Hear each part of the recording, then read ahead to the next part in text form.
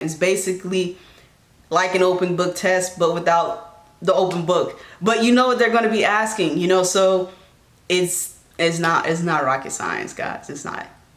But I see a lot of people are talking about this certification. A lot of people maybe getting out of the military and they heard that this certification is good for. What's up, guys? It's Jakiri again, back with another video. This is video number 7 at this point, and we have some good stuff on the agenda today. But before I get into it, I would like you to just go ahead, like the video, go ahead and just subscribe so you don't miss any future videos. And yeah, let's just get into it. So I've been seeing a lot of talk surrounding Security Plus. CompTIA Security Plus is a certification that is industry standard right now and is mostly seen in entry-level jobs, you know, but it sets a great foundation if you're trying to break into cybersecurity or really any IT role. It's a total of about 90 questions, and before we get deep into it, I just want to give you a little bit of my backstory on it with the certification. So I actually took it back in 2019. I studied for about 2 to 3 months, and honestly, if I would have taken it a bit more serious, I probably would have gotten it sooner than I did. But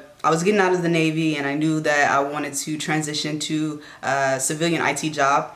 And I was always told that Security Plus was the standard. Security Plus is the certification that you want to get. In addition to my security clearance at the time, it was going to go real nice with my experience and look real presentable on my resume. And it also demonstrated the skills that I already had. You know, it demonstrated that I knew what I was talking about. And I had the certification to back me up, and I had the certification to prove it. Yeah, it took me about 2 to 3 months. I passed it. I don't remember my score, but I did pass, and I was happy. I was ecstatic because I knew that it was a great foundation. It was going to allow me to get more certs, and I kind of have a job already secured. You know, I knew if I got the cert, then I was going to be able to find a job that much quicker once I got out. You know, so if you're in the military, or even if you're not in the military, but in the military specifically, just because that's my experience, definitely take advantage of Navy Cool, the GI Bill, anything that you can that the military will give you to pay for this certification. It is a pretty expensive certification, but at the same time, you do have that benefit available to you to get the certification paid for. So definitely don't get out without taking advantage of that benefit first. Okay, so CompTIA Security Plus, what is it? So it's mainly for people who are eager to get into cybersecurity professionals, entry level. It's not really for people who are a little bit more advanced. Like I said, it's more intended for entry level people, but it never hurts to also get the certification and reinforce that knowledge that you may already know. So it's going to open doors to your cybersecurity career for sure. And this is a certification that is really popular in a lot of our organizations right now. So they will be looking for people who hold this certification. Okay, so CompTIA.org is the website that you're going to go to view all CompTIA certifications. Just in addition to Security Plus, there is Network Plus and there is A Plus, and those are industry certifications as well that are widely recognized. If you are a fast learner or already have that IT knowledge or experience, maybe you're going to want to skip over A Plus and Network Plus and go straight to Security Plus, but it never hurts to actually get those certifications as well.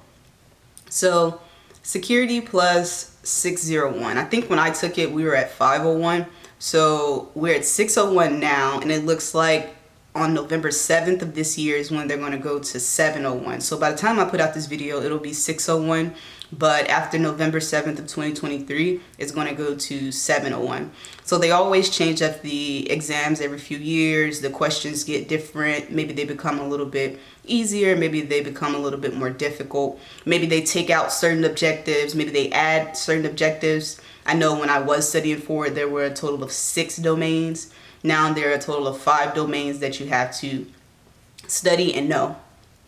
So a person who will be taking the certification will be someone who has knowledge and the skills to assess a security posture in a network or an organization, and you will be able to recommend and implement certain security practices.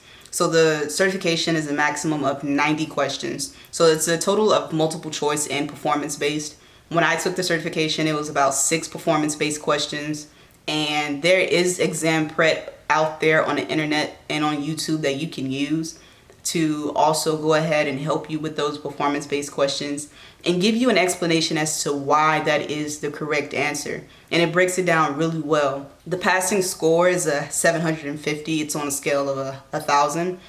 So someone who has network experience and maybe some years of system administration, maybe 1 to 2 years of system administration, may be really proficient at this certification at first and, really understand those concepts at the beginning. But I also don't want that to deter anyone else coming into the IT world and coming into the IT space, trying to find a job and break into tech, and this is the first certification they want to pursue. Because it is possible. Though I had prior IT experience, a lot of that experience wasn't really cyber-based until after I got the certification. It really took me to study and me to learn YouTube, network with people, do a lot of practice tests for me to understand these concepts. So I just want you to know that even if you are trying to break into tech and if you don't hold the certification, then this is a certification that you're eyeing. You are much more capable and can most definitely get the certification without having that required experience. If you do have that experience, more power to you, good on you. You'll probably get a really high score and it probably won't take you as long. But at the same time, for people who don't have that IT experience, this is an entry-level certification that you can pursue and you can get. So July 2024, like I said, is when Security Plus 601 version will be retired, and then on November 7, 2023 is when the 701 will be widely available and you won't be able to take the 601 anymore. So the price.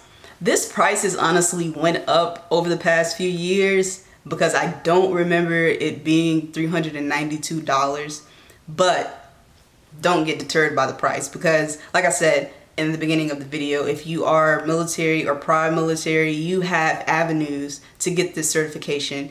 And if you live in Texas, you have an avenue to get this certification. The Texas Workforce Commission will pay for certifications for you. So there are a bunch of different avenues to go ahead and get this certification. You can get free vouchers. Like I said, if you're prior military, active duty military, you can get this certification through programs like Navy Cool, tuition assistance, or your GI Bill. If you're not, hey, if you can spend money on this and that, you can, shell away $100 every month and save up for this exam. And it really is a game changer for your IT career, and it is an investment in yourself. So don't be afraid to spend that $392 if you do have to come out of pocket, because like I said, it's an investment for you and for your future. So Security Plus is, like I said, the entry level standard.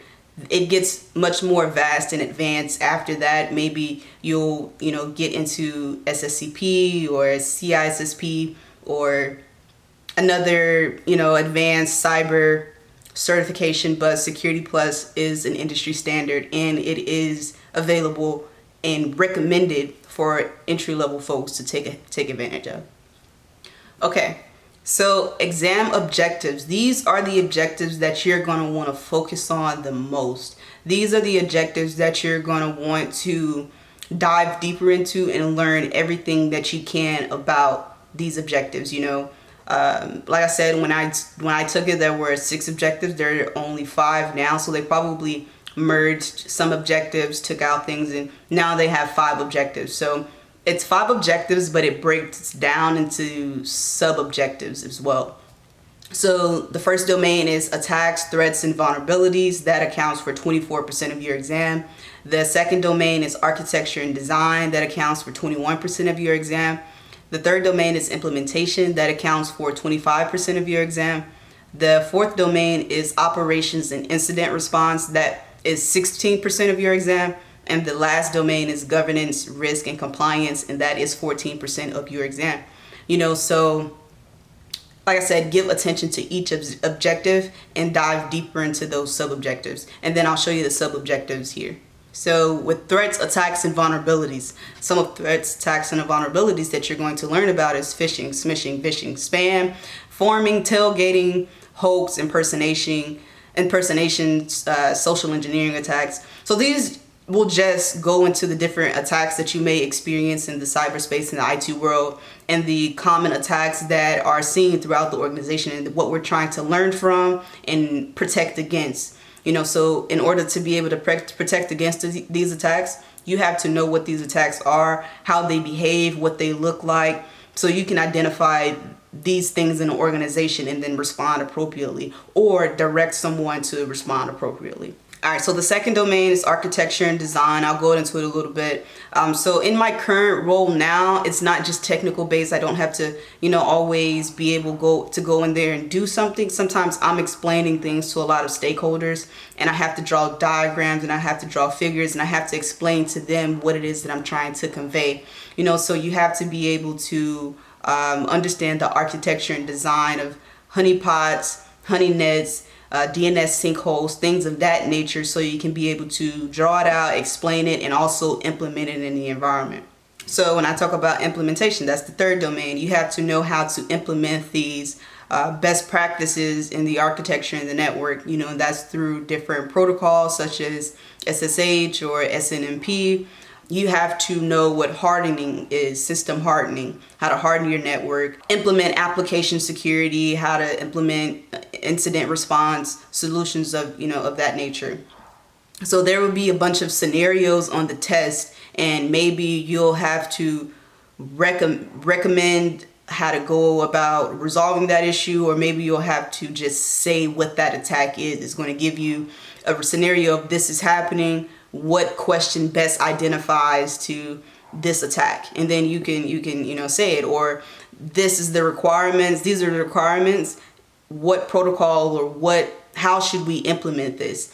And by way of you looking at these objectives and watching videos and studying, you'll know what they're saying on the test, because it gets a bit wordy for these questions, but they're rather simple. So it's a lot of words, but you can just take out the bits and pieces of what the question is actually asking. Is very simple. All right, operations and incident response. So to be able to respond to security incidents, you have to know what Cert is, or NSLookup, or IPconfig, or Nmap.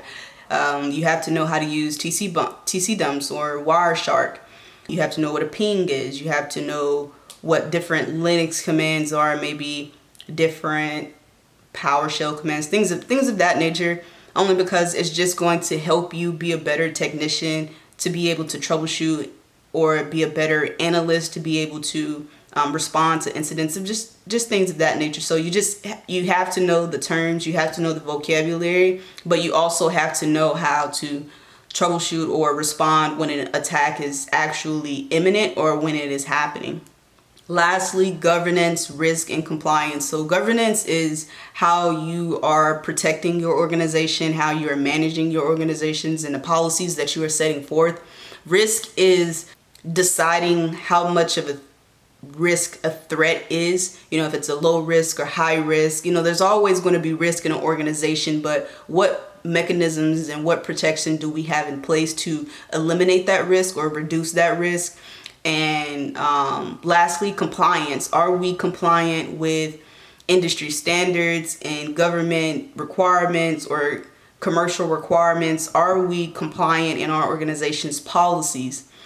So we have to be able to set these technologies up, set these features up, and implement these configurations, but we also have to do our due diligence and make sure that organizations are staying compliant even after the implementation is done, because it's really easy to lose sight of the security aspect in the organization. So that ongoing, making sure people, devices in your organization are compliant is going to go a long way in the security space. So as a cybersecurity professional, all of that is what you're going to be responsible for, and it's going to be broken up in specific roles as you get into the job world, but having a general idea of all of this will help you on your exam, and that's what we're trying to do here. I'm telling you my experience with it. I'm telling you how I interpret these things, and what helped me, and what I've seen on the outside, actually job hunting, actually being in the IT field for 7 years now. So I went ahead and just made a quick study schedule just to go ahead and show you how easy it is to make a goal for this certification. Just study, learn as much as you can, and stick to that goal. I have gotten a few different certifications after this, and even when I was studying for Security Plus, I noticed that it's important to have a goal date and stick to that goal. Don't adjust that goal date for anything, even if you feel like you aren't ready, because sometimes you'll go into an exam not feeling like you're ready, but you have a really high score. And that, I've been in that situation before. And it's just fear and anxiety, but don't let that deter you. If you make a goal, stick to it no matter what. Give yourself time throughout the day to breathe as well. You don't have to learn everything all at once. In fact, do pace yourself. Even if you are studying for 2 hours out of the day or 3 hours out of the day, whatever your life schedule will permit, go ahead and assign those 2 to 3 hours just for Security Plus and studying this for the certification so you can go ahead and get it. So I took week 1 and just broke it down into the domains and the objectives that I was just previously explaining. Week 2, week 3, week 4, week 5, same thing. Week 6 and week 7, for me, I am a visual learner. I can read things all day, understand it, but I also like to be able to visualize things. I like to be able to listen to other people interpret something and how they may say it as well. And a lot of these videos on YouTube will show us how something behaves or how something acts. So if you don't know how to use Wireshark, or you don't know what Cert is, or you don't know what this protocol is used for, or what port number is for SSH, videos will also help in addition to just reading something. You're watching videos all day, the way I see it. You're on Instagram, you're scrolling, you're on Facebook, you're scrolling, TikTok, you're scrolling. Why not, watch videos of something that's actually going to be useful to you? So if you are a visual learner, maybe you're going to take 2 weeks of videos and do it that way. Or maybe if you're a visual learner, instead of reading most of the material, which I do highly suggest, because that material is directly linked to the CompTIA certification test. It's one thing to hear somebody and how they interpret it. It's another thing to actually get the word and the facts from the CompTIA and the organization itself actually putting out the exam. So even if you are a visual learner, definitely incorporate some books in there. And if you are a reading person, be sure to incorporate videos in there as well. So, balance it out, or whatever works for you. For me, this would be my perfect study schedule. So for 5 weeks, I'll study everything I can in that book. I'm going to know it front to back. I'm going to make flashcards. I'm going to make Quizlets. Throughout my days, I'm going to be opening up the Quizlet app on my phone, looking at these flashcards. It's going to be the first thing I look at when I wake up, and it's going to be the last thing I look at when I go to sleep. That's how dedicated I am to this. That's how dedicated I was to this. And I still will practice that with any certification I get. I'm studying for the Azure Architect Cert right now, Solutions Architect Expert right now, and my study schedule, my study habits are the same for any certification. I'm going to read all the material that I can. I'm going to go back after that and watch the videos and the performance-based review. And then after that, I'm going to spend the next 2 weeks reviewing anything that I don't know, anything that I have questions on, anything that's still not clear, anything that I'm not strong at and proficient at. I'm going to spend the next 2 weeks reviewing and just catching up. So I don't want to spend too much time, repeating this, because it's a lot of information. I don't want to keep rereading the same information. I'm going to give myself the best possible shot, and I'm just going to review the things that I'm not strong at. I don't have to go and read about different attacks. I know what a social engineering attack is. I know what phishing is. I know what vishing is. I know what whaling is. I don't need to go and look all of that up again and fog my brain. I need to understand how to use Cert, or I need to understand how to use NSLookup. I need to understand how to use Wireshark. So that's what I'm going to spend my time on for the next 2 weeks. Really diving deep into the things that I don't understand and the things that I don't get, and closing those gaps. So for week 9 and week 10, my last 2 weeks will be test prep. They will be the last 2 weeks that I will use to go ahead and rerun practice tests over and over and over and over and over and over again. Because for one, I don't want me to go into the testing environment and that to feel like an unfamiliar space. I want to be comfortable in that space. I want to feel like that I've done this 1,000 times and it's just another practice test. So that's one reason that I'm doing it. And two, it's reinforcing the knowledge that I know. You know, I'm not just throwing things at the wall hoping that I know it and then just going into the exam. No, I'm actually putting myself in a mock exam. I'm actually understanding the questions, what they're asking, and formulating my responses. You know, so this is not new to me. When I go in the room, it won't be new to me. And practice tests will sometimes, if you have a good practice exam, it's going to go into detail about why the correct answer is the correct answer, why your answer may be the wrong answer. So those are the practice tests that you really want to go for, not just a practice test that, yes, this is correct, or no, that isn't correct, or maybe a practice test that doesn't tell you that at all. Go for the practice tests that are going to give you an explanation as to why the answer is right or not, because you're not just going to go into a certification trying to get that certification. You have to actually know what it is that you're talking about. You know, so even if you got it wrong, be open to looking at why you got it wrong and learning from it the next time. Perfect example of that is SSH protocol. For some reason, I could not ever remember what port number aligned to that protocol. And port numbers and protocols were my weakness. It's just so many. I can't remember all of the numbers. I can't remember all of the protocols that correspond to each. And someone explained something to me one time, and since then, I swear I have never forgotten it. I didn't know it, of course, talking to him, but then he explained it to me, and then even after that, I took the exam and I knew it on the exam. I knew, okay, this, you know, I didn't have to think twice about it because I immediately understood it. And it wasn't me trying to remember a correct answer or anything, you know, because a lot of the times the questions will be worded weird. So I actually understood what I was reading and I was able to never forget it, even to this day. I you know, my protocols and my port numbers are kind of second nature to me.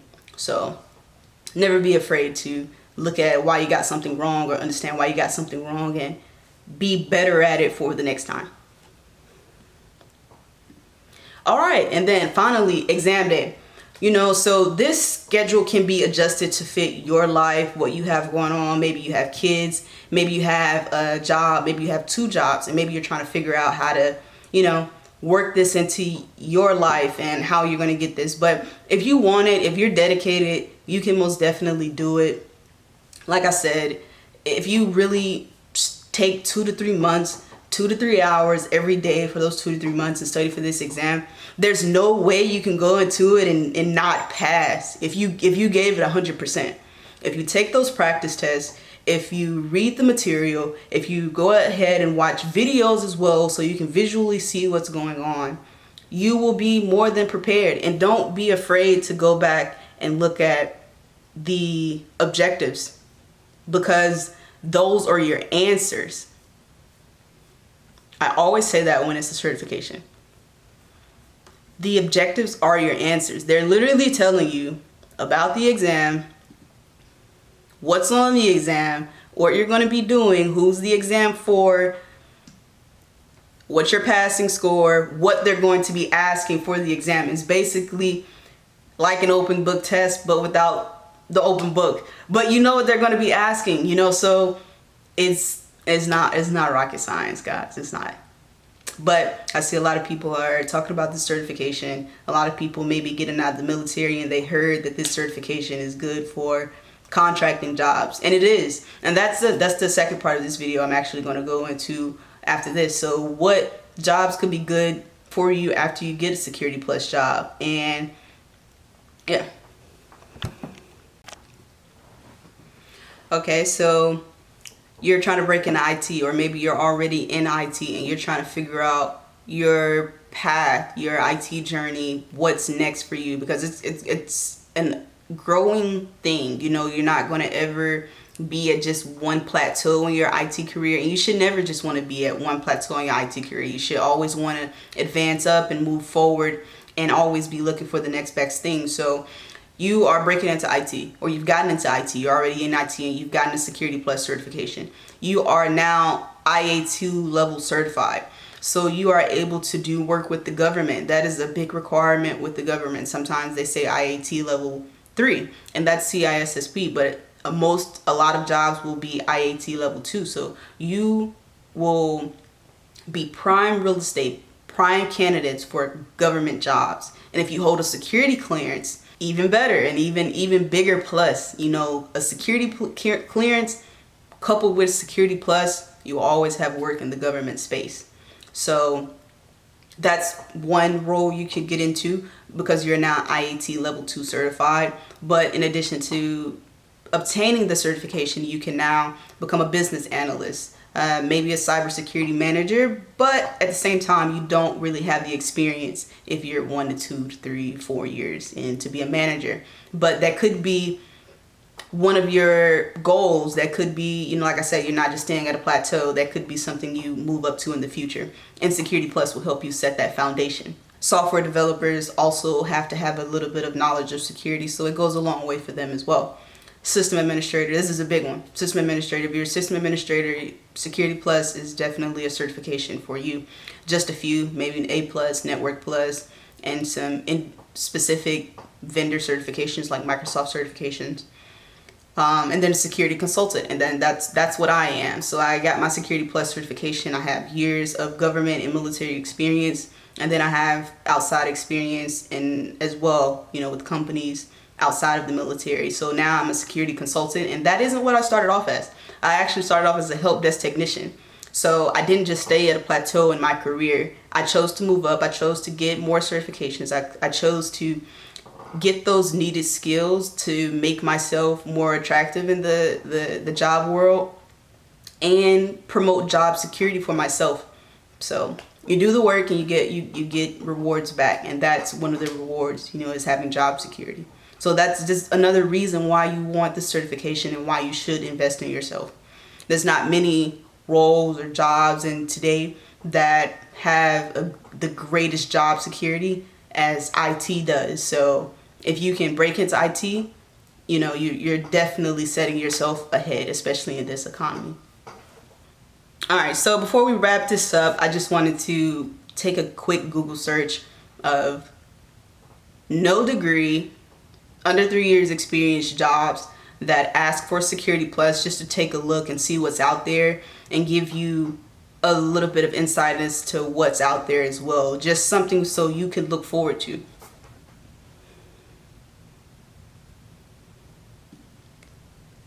All right, so help desk support. This looks like a junior role.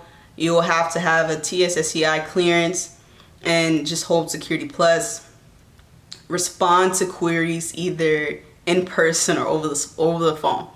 So that's your entire job. And then you only have to be able to reliably commute or plan to relocate to Springfield, Virginia beforehand. But like, do you see, like, for some people, I know that is such a big jump. Like, just having to pick up the phone and respond to queries, or just having to pick up the phone and respond to queries versus, you know, picking up trash or working fast food or doing something that you just don't like to do and don't get fulfillment from. That's the only requirement. And to have CompTIA Security Plus, you have now went from a $30,000 a year job to potentially making $75,000 a year just from this one industry certification. You know, that is big. So when I say $392 is nothing, it's nothing compared to what you can make, you know.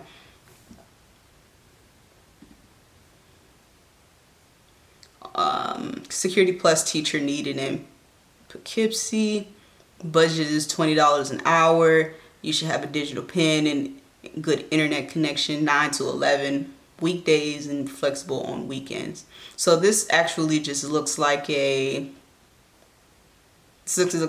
company or just a part-time job. But even still, you know, $20 an hour. System administrator. Windows, ACAS, Secret, Cisco, Security Plus, Fort Jackson, South Carolina. Attend a week-long course. You have to be certified at DoD 8570, IAT Level II, DoD, like I said, Security Plus. You have to have a secret level clearance, experience with ACAS. And this role may be for someone who is already in the IT field and just now getting Security Plus. You've already had system administrator experience and you've just now gotten Security Plus. This will be your next move up. So I wouldn't say this is for someone that just got into IT. This is for someone that's been into IT but just now got their Security Plus certification. All right, last one. Security analyst. It's a remote role. You have to have any of these certifications, and one of them is Security Plus. Understanding of security technologies, solid knowledge of attack vectors, conflict resolution and incident escalation, work with customers, resolve issues. Okay, so honestly, all of those qualifications look like things that you are going to already learn in the Security Plus certification, or just basic skills that you already have coming into a job. It looks like this will be for someone, I mean, it could be, for someone who is entry level, just getting started, but you're probably going to have to be a real go-getter. You're going to be someone that has to be able to explain these concepts in detail for someone to take a chance on you. And if you're like a SOC analyst, level 2, you've already had experience with incidents and alerts and finding those vulnerabilities in your network. So you've already had experience doing those things. So if you are entry level trying to get into that, you will have to know what it is that you're talking about and be able to identify those things as an analyst. But maybe if you have 1 year of experience, being an analyst already at a SOC, then you'll probably be in a pretty good spot. But all of those jobs I just mentioned are tags that say they're under 3 years experience, no degree. And that's just one search that I did on Google. There are many job sites, many job boards, many roles that you can go look up on your own and just go ahead and, make that decision to say, hey, I'm gonna go ahead and get the certification, set that goal date. Don't adjust that goal date for anything, and just go ahead and get that certification. Like I said, if you're prior military, live in Texas, you have avenues for everyone else. Maybe you'll look up something in your state or your organization, or just make that investment in yourself, and you'll definitely live to understand that it was probably one of the best decisions that you could have made for your IT career moving forward. So good luck. Don't give up. Don't get deterred. Never stop trying. Even if you fail the first time, you're definitely going to get it on that second. And I wish you well on your journey. Good luck. Peace.